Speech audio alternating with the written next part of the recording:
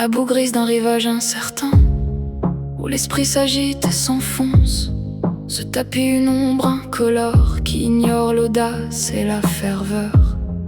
Ce n'est ni le rugissement de la bête obscure, ni l'élan sacré qui guérit tout mal, mais cette pause au cœur de la tempête, tandis que le devoir est bafoué de toutes parts. La triste vérité qui terrifie le cœur, et cette inertie que le destin invente. Le mal extrême n'a pas seulement le visage de ceux déjà ensevelis sous le vice. Il y a un mal sourd et plus profond qui empoisonne les veines de ce monde, porté par ceux qui restent dans son sillage.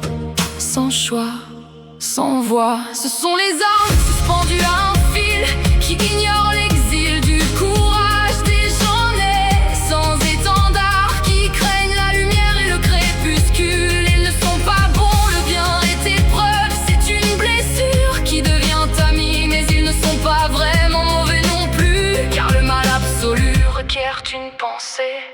Ils se balancent légèrement comme un roseau, tandis que le silence qui les entoure les condamne. Ils observent les pleurs, ils entendent les cris, mais ils ne quittent jamais leur nid. Leur péché de n'être rien, des fantômes muets parmi les autres, laissant la haine régner, car ils n'ont jamais tendu la main. Si l'histoire s'écrit dans le sang, tandis que les médiocres languissent dans l'oisiveté, celui qui ne choisit jamais son camp laisse la vague continuer à creuser. Il ne faut pas de feu pour créer un désert, il suffit d'un cœur qui reste voilé, d'une âme paresseuse, d'un équilibre froid qui fait de la vie une simple farce.